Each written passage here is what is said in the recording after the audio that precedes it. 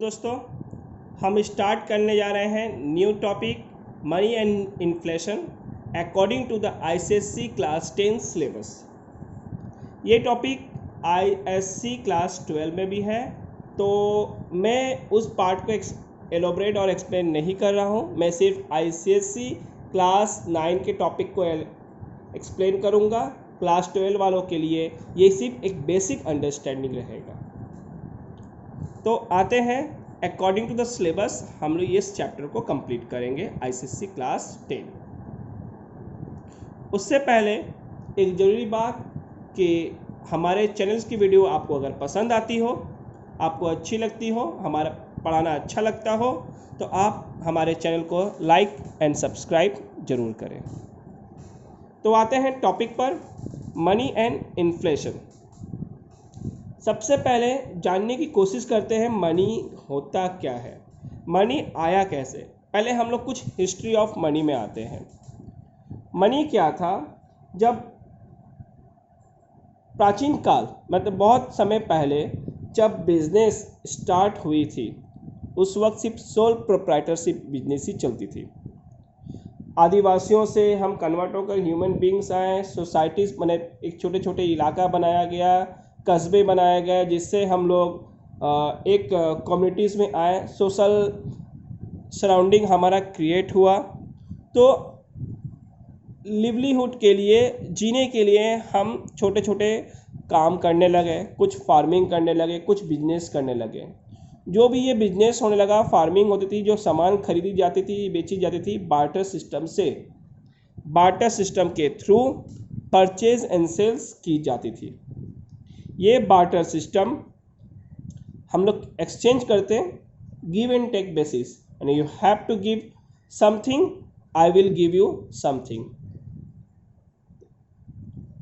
तो उस वक्त जब हम बार्टर सिस्टम यूज़ करने लगे, इस बार्टर सिस्टम के में क्या देखा गया कि एप्रोप्रिएट मेजरमेंट नहीं हो पा रहा था। मतलब कि हम अगर 1 किलो गेहूं खरीदे, if I will bought 1 kg of wheat or any grains, so milkman will pay how much milkman will pay, how much another shopkeepers or person will pay. There is a no appropriate measurement for that, so it's too much difficult to measure the value of the products. So after a few years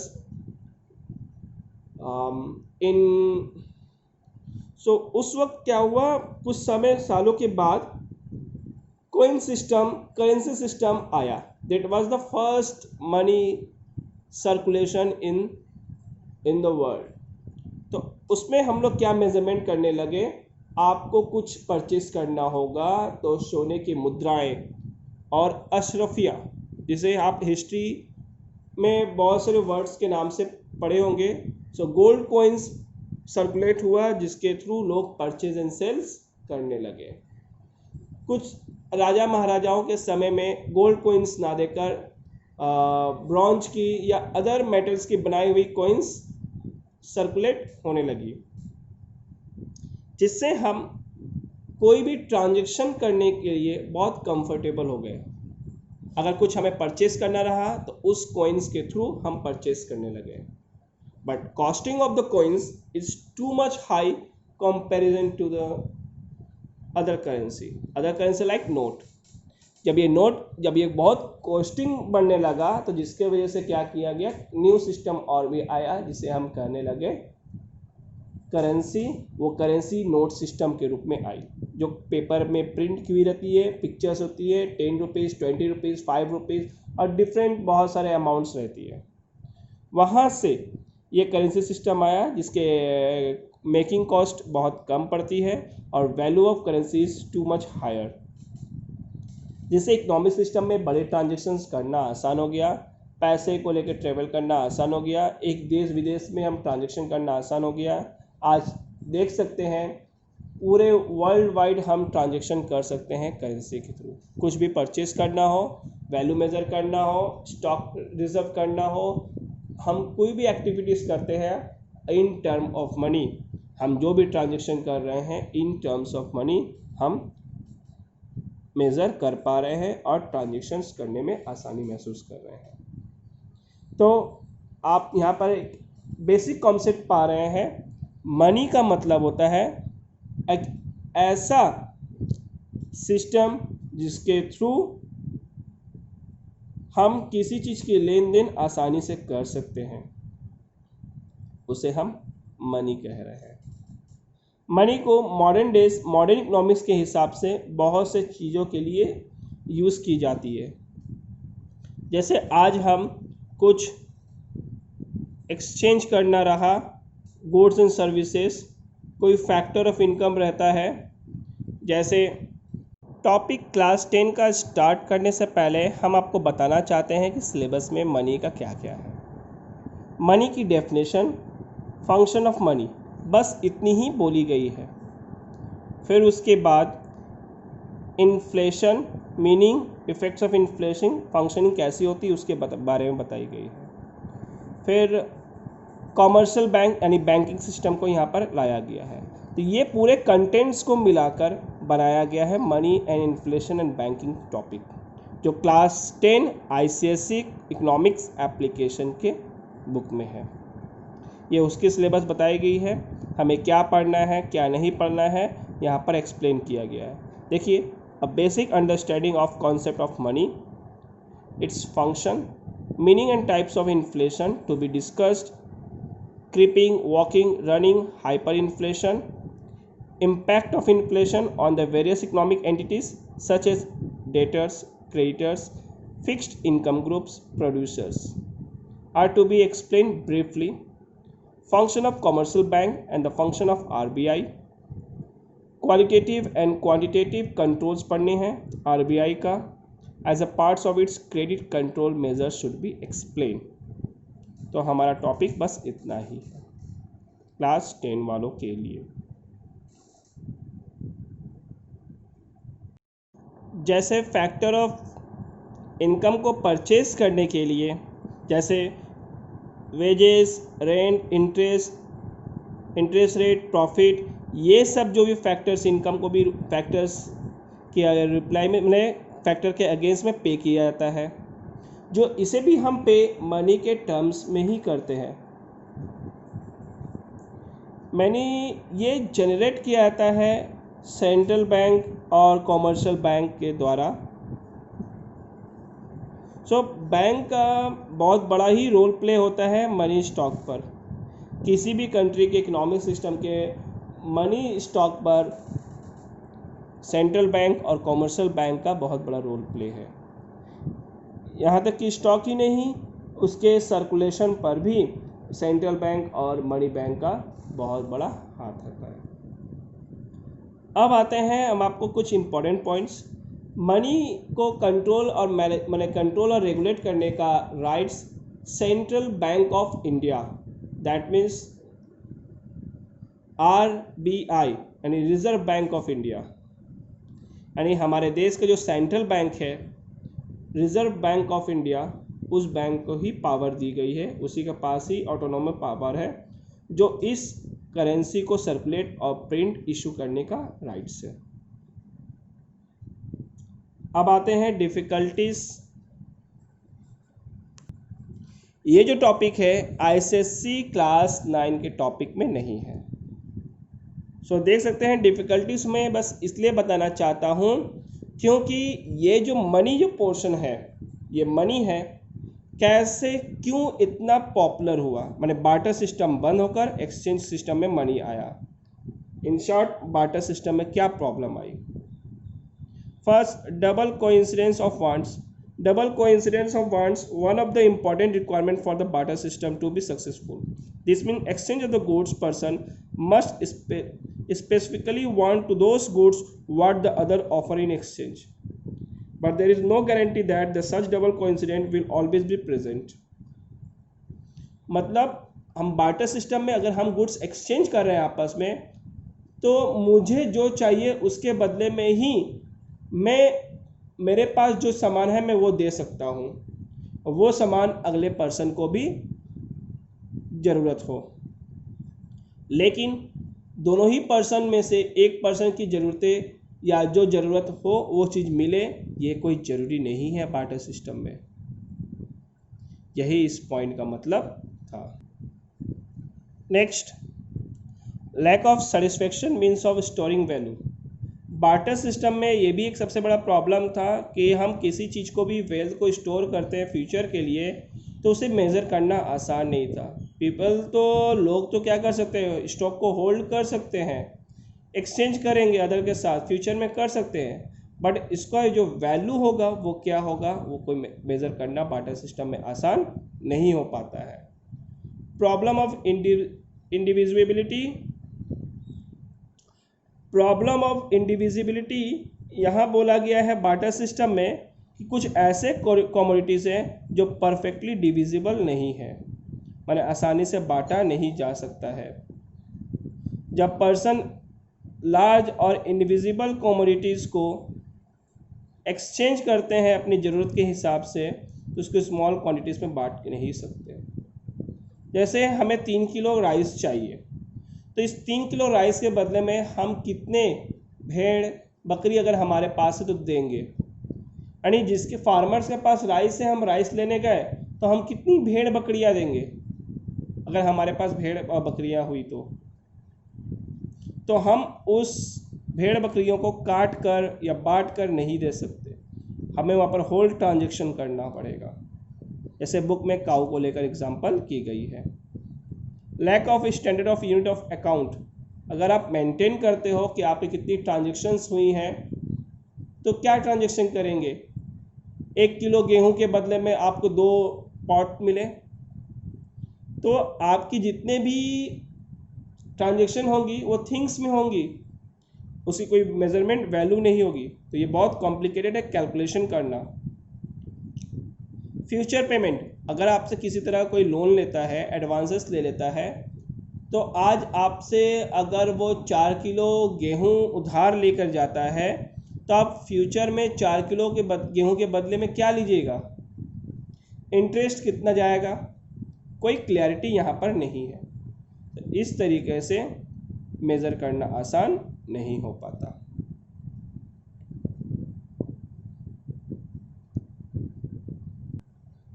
एक और terms हम आपको बता दें, जिसे type of money के रूप में भी पढ़ सकते हैं या evolution of money. Commodity money जो बार्टर सिस्टम में एक्सचेंज की जा रही थी, गुड्स के बदले में गुड्स। मेटालिक मनी मतलब जो कॉइन्स होती हैं उसे मेटालिक मनी बोलते हैं। पेपर मनी जो करेंसी नोट इशू होती है उसे हम पेपर मनी कहते हैं। बैंक और क्रेडिट मनी, जो बैंक क्या करती है, मनी क्रेडिट देती है, जैसे चेक और ड्राफ्ट के थ्रू, मतलब आप चेक और ड्राफ्ट के थ्रू मनी ट्रांजैक्शन कर सकते हैं। और क्रेडिट कार्ड जो आज के डेट में बहुत ज़्यादा यूज़फुल है, कार्ड स्विप करा कर आप ट्रांजैक्शन कर सकते हैं। ये सिर्फ इस बेसिक थीम के लिए आपको दी गई है समझने के लिए, कि आप ये समझें। आते हैं next topic. According to the ICSE class 10, function of money, money का फंक्शन। अगर देखा जाए मनी के फंक्शंस को 3 पार्ट्स में बांटी गई है। मनी का जो यूज़ है ह्यूमन बीइंग के लिए बहुत ज़्यादा है, उनके सोशियो इकोनॉमिक लाइफ के लिए मनी बहुत बहुत ज़्यादा यूज़फुल है, क्योंकि बार्टर सिस्टम से हर एक चीज़ सॉल्व नहीं हो पा रही थी। तो मनी को हम इन 3 पार्ट में बांट रहे हैं। पहला प्राइमरी फंक्शन, दूसरा सेकेंडरी फंक्शन एंड तीसरा कंटीजेंट फंक्शन। तो first now we are going to explain first topic, primary function. तो these functions are essential and the fundamental functions that money should be performed in every economy। सारे economy में ये money का सबसे important और common functions है। जैसे पहला फंक्शन है medium of exchange. Whatever we want to exchange the goods and the services, we can easily exchange in term of money. Suppose a teacher giving the knowledge to the students and he get salary if he work in the school, or fee if he giving that private tuition or doing or running as a coaching centers. So medium of exchange is one of the most important factor. And second example, suppose you are going to buy any chocolates or any essential product for you, so pay you have to pay the specific amount for that product, so those amount in term of money. तो आते हैं functions. तो important functions है, barter system में remove करके ये introduction किया गया था। Exchange of commodities now is become easy and the more scientific as money is used in medium. This should be pointed out that money, which is acceptable at all, has made possible the division of labor and the specification in modern economy.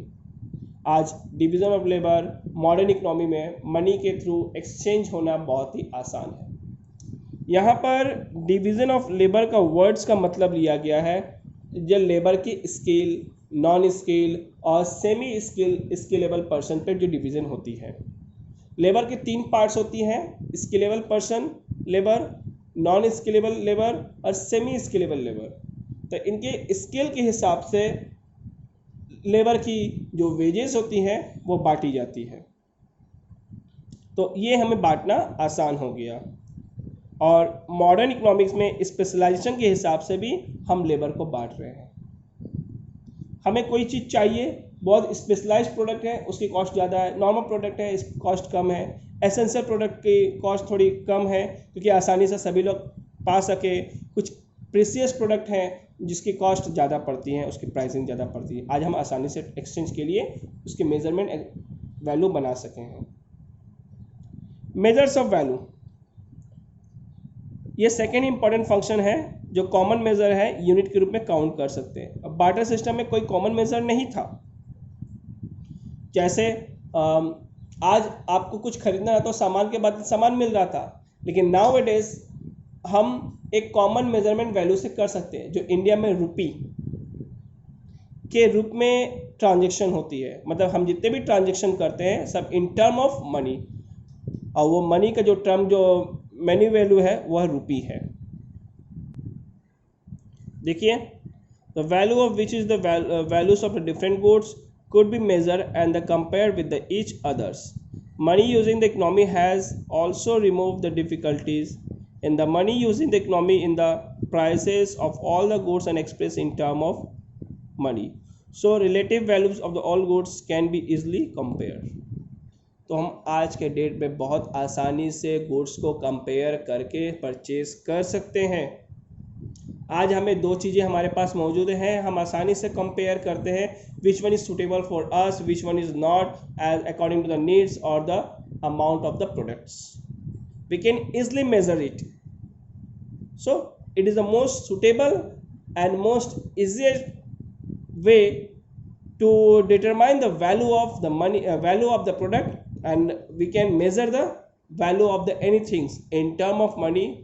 Now those term in the money as a money India में उसे रुपी के रूप में count किया जाता है। आज हम जितने भी ट्रांजेक्शन इंडिया में करते हैं सारे इन टर्म ऑफ मनी, वहाँ देखिएगा अमाउंट रुपी सिंबल में रहता है। Now secondary function, secondary function ये डिराइव फंक्शन है जो प्राइमरी फंक्शन से ही लिया गया है, जैसे standard of deferred payment. As money is the standard which is used in case of deferred payment. Deferred payment means these payment which are to be made in the future, जिसे हम आसानी से future में भी paid कर सकते हैं। Barter system में ऐसा कोई सिस्टम नहीं था फ्यूचर में पे करने के लिए। आज हम किसी से लैंडिंग करते हैं किसी को, या बोरविंग करते हैं, तो हम उसे पे क्या करेंगे, कितना इंटरेस्ट दिया जाएगा, कितना प्रिंसिपल्स होगा, हम उसमें कोई मेजरमेंट था ही नहीं बार्टर सिस्टम में। बट नाउ इट इज़ हम पैसा देकर एक प्रिंसिपल और इंटरेस्ट अमाउंट को भी डिराइव कर सकते हैं। फ्यूचर में कितना पेमेंट करना है आज आसानी से पता है। आज आप 1 लाख के कोई सामान परचेस करते हैं, अगर उसमें कुछ इंटरेस्ट चार्ज भी ली जाती है तो इंटरेस्ट चार्ज को ऐड करके, प्रिंसिपल अमाउंट को ऐड करके, आपस में ऐड करके फ्यूचर में कितना देना है। आज EMI सिस्टम इसी हिसाब से भी बनी हुई है, जो उतने अमाउंट को आप हर महीने कितने इक्वल अमाउंट में दे सकते हैं, जिससे आपको आसानी होगी। तो ये जो डिफर्ड पेमेंट सिस्टम है हमारे और भी काम को बहुत ही हमारे बहुत सारे काम को आसान कर दिया। Store of value, barter system में अगर हम स्टोर करते हैं, जैसे 10 किलो गेहूँ, 5 किलो धान जिससे राइस बनती है, और ग्रेन्स है, पल्स है, बहुत सारे केरल्स है, बहुत सारी चीज़ें हम वहाँ पर कंटेन करके रखे हैं स्टोर हाउस में, बट उसकी स्टोर वैल्यू क्या होगी हम बार्टर सिस्टम में मेज़र नहीं कर पाएंगे। बट आज के डेट में हमें पता है 1 केजी राइस की कीमत क्या है, 1 केजी दाल का कीमत क्या है, 1 केजी गेहूँ का कीमत क्या है, 1 केजी किसी भी प्रोडक्ट को बोलो या कोई एक यूनिट प्रोडक्ट को बोलो, उसकी वैल्यू क्या है आज हमें पता है, जो टर्म्स में बांटी गई है, जो मनी के टर्म में बांटी गई है। आज हम किसी भी वैल्यू को स्टोर करते हैं, किसी भी चीज़ को स्टोर करते हैं, तो उसको टर्म मनी के रूप में हम वैल्यू मेजरमेंट कर सकते हैं कि आज हमने कितना अमाउंट का वेल्थ है, हमारे पास कितनी सामान है, हमारे पास फूड ग्रेन्स है, हमारे पास कितने वेल्थ है, हमारे पास कितने चीज़ें हैं, कितने अमाउंट की चीज़ें हैं, आज हम मनी के रूप में वैल्यू को मेज़र कर सकते हैं। ट्रांसफ़र ऑफ वैल्यू का मतलब आज एक शॉपकीपर को ट्रांजैक्शन करने में इतनी आसानी हो चुकी है कि वो 1 किलो 2 किलो या डिविजिबल जो प्रोडक्ट होती है उसे बांटा जा सकता है। तो हम 1 किलो 2 किलो चावल जो सेल करेंगे उसके बदले में कितना रुपया लेना है, तो इस तरह से आसानी से ट्रांजैक्शन करने में हेल्प मिला। अगर सपोज करो जैसे बुक में लिखी हुई है 1 किलो राइस का प्राइस अगर 17 रुपीज़ पर केजी है, तो आज 17 रुपीज़ पर केजी पे करके हम 1 केजी राइस को आसानी से परचेज कर सकते हैं और अपने नीड्स को पूरा कर सकते हैं। तो ये बहुत आसान हुआ शॉपकीपर के लिए भी और कंज्यूमर के लिए भी। कॉग्निजेंट फंक्शन, ये फंक्शन क्या है कि मनी वेरियस इकोनॉमिक एजेंट के रूप में भी यूज़ करती है, जैसे कंजम्पशन डिसीजन। कंजम्पशन डिसीजन क्या है कि कंज्यूमर को चूज़ करना होगा अपने best possibility consumption bundles for which utility is maximised. माने उस कंज्यूमर की यूटिलिटी जितनी होगी, अपनी बेस्ट यूटिलिटी को जो जहाँ पर मैक्सिमम सेटिस्फेक्शन कर सकता है उस पोर्शन को कंज्यूम करना पड़ेगा, और उसे मनी के टर्म में हम प्राइस के रूप में या इनकम के रूप में हम मेज़र करके देख सकते हैं उस प्राइस में वो कितना परचेज करेगा और जिससे मैक्सिमम सेटिस्फेक्शन पा सके। प्रोडक्ट डिसीजन, आज एक प्रोड्यूसर आसानी से चूज करता है फैक्टर कॉम्बिनेशन जिससे उसको मैक्सिमम प्रॉफिट मिले, एम्प्लॉयर को भी मैक्सिमम बेनिफिट मिले, मार्जिनल प्रोडक्टिविटी प्राइस को भी हमें अच्छे से वैल्यू मेज़र किया जा सकेगा, फैक्टर प्रोडक्शन को फैक्टर रिटर्न्स भी अच्छी मिल सके। डिस्ट्रीब्यूशन ऑफ नेशनल इनकम, आज डिस्ट्रीब्यूशन ऑफ नेशनल इनकम के में जैसे प्रोडक्शन की जा रही है, सभी फैक्टर प्रोडक्शन के बदले में उसके फैक्टर रिटर्न्स दी जाती है, जिससे पूरे होल ट्रांजैक्शन पूरे कंट्रीज़ में होती है। आज वो ट्रांजैक्शन जो कंट्रीब्यूशन हो रही है वो प्रोडक्शन के कारण होती है, जिसे कंट्रीज़ में एक रिवॉर्ड के रूप में फैक्टर रिटर्न्स पे की जाती है, जो सभी इसके थ्रू ट्रांजैक्शन करते हैं और कंट्रीज़ की नेशनल इनकम में डिस्ट्रीब्यूट हो जाती है। क्रेडिट सिस्टम, आज हम किसी भी credit system, entire credit system money के रूप में ही काम हो रहा है। जैसे हम आज किसी को पैसा दे रहे हैं, वो क्रेडिट सिस्टम की स्मूथली फंक्शन हम टर्म ऑफ मनी में मेजरमेंट कर सकते हैं,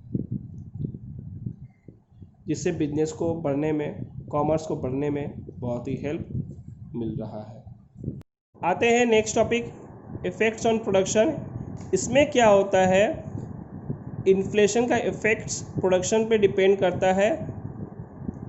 अगर level employment on the level of employment, effects of inflation on the production depends on the level of employment in the economy. किसी भी इकोनॉमी में एम्प्लॉयमेंट लेवल पर डिपेंड करता है उसके इन्फ्लेशन के प्रोडक्शन पर। मतलब अगर फुल एम्प्लॉयमेंट रहा इकोनॉमी का तो वहाँ पर आउटपुट भी बढ़ेगा, एम्प्लॉयमेंट और ड्यू टू इन्फ्लेशन। कहने if there is full employment in the economy there can not be increase in the output. Output को हम पूरी तरह से बढ़ा नहीं सकते, और employment due to the inflation, inflation के कारण हम एम्प्लॉयमेंट भी नहीं बढ़ा सकते। As long there are unemployed resources in the economy, a moderate dose of inflation जैसे mild inflation will stimulate investment in the production activities, hence leads to be favorable impact on the production. A very high rate inflation and hyper और कभी होगा जब investment किसी productive activity में से speculative और hoarding में बढ़ जाएगा, यानी प्रोडक्शन से घटकर स्पेकुलेटिव एक्टिविटी और होर्डिंग एक्टिविटी में जहाँ पर जमा होने लगी पैसा, जिसके वजह से हाई इन्फ्लेशन आना स्टार्ट होगा। यानी कहने का मतलब इस समय में इन्फ्लेशन का जो टॉपिक जो आ रहा है, ये जो मैटर जो आ रही है, वहाँ पर पैसा जो है प्रोडक्शन में ना इन्वेस्ट कर स्पेकुलेटिव और होर्डिंग के रूप में वो जमा होने लगेगा प्रोडक्शन का पैसा। डिस्ट्रीब्यूशन में क्या है, different classes of the people are differently affected during the process of inflation. It's lead to the redistribution of income in the economy. Inflation means rises price. अगर डिफरेंट जो क्लास मैंने poor, middle class और lower class जो लोग हैं, different classes में different inflation का असर पड़ता है। इसके लिए क्या करना पड़ता है, इनकम का रीडिस्ट्रीब्यूशन करना पड़ता है, जिस अगर इन्फ्लेशन के टाइम पे प्राइस बढ़ती है तो। यहाँ प्राइस लेवल का मतलब होता है fall in the real value of the money, मतलब परचेजिंग पावर का कम होना। इन्फ्लेशन के टाइम पे क्या होता है, लोगों की परचेजिंग पावर कम हो जाती है, जिसकी वजह से ये इफेक्ट, एडवर्स इफेक्ट आती है। Social unjust other effect, inflation की वजह से क्या सोशल अनजस्ट होने लगती है, इनइक्विटेबिलिटी माने इनइक्विटेबल सोसाइटी में नहीं आती है, रीडिस्ट्रीब्यूशन ऑफ इनकम और वेल्थ का करना पड़ता है जिससे फेवरेबल हो सके। लेकिन नेचुरली सोशल में कॉन्फ्लिक्शन पैदा होने लगती है, जैसे चोरी बढ़ने लगती है, रॉबरी होने लगती है, बहुत जगह पे करप्शन बढ़ने लगती है, जिसके वजह से हाई रेट इन्फ्लेशन आने लगती है।